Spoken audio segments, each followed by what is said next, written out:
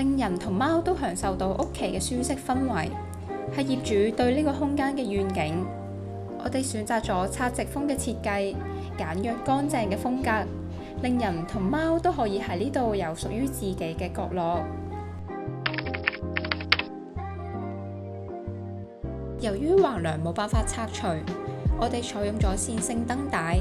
嚟引導每一個人嘅視覺焦點，營造空間嘅穿透感同埋回家嘅儀式感，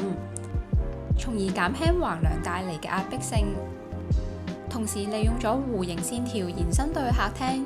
同客廳嘅空間進行聯動，令到整體空間更加有連貫性。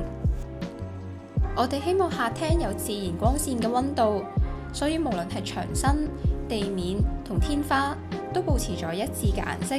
強調晨光打入客廳時候嘅柔和感。梳化後牆嘅貓跳台係客廳嘅特色牆，唔單止滿足咗貓咪跳上跳落嘅天性，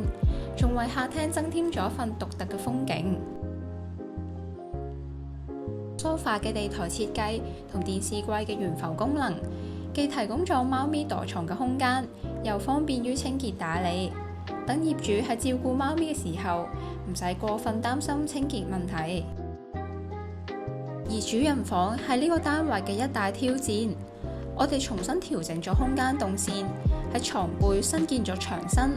避免咗床頭直對窗戶或者開門直對床頭帶嚟嘅不適感。同時，我哋利用弧形窗戶去打造咗睡房嘅休閒區域，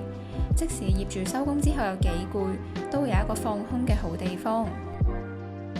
新建嘅床背空間係用作梳妝同埋工作嘅區域，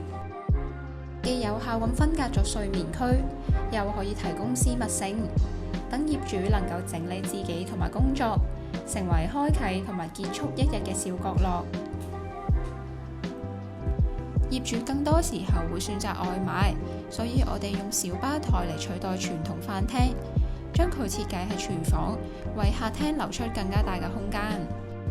廚房嘅風格同樣強調咗自然光線嘅溫度同埋氛圍。考慮到業主唔係經常煮飯，所以我哋喺設計上追求簡潔實用嘅原則。未來當業主需要煮飯嘅時候，都令烹飪同埋用餐嘅空間無縫銜接，大大提升咗使用率。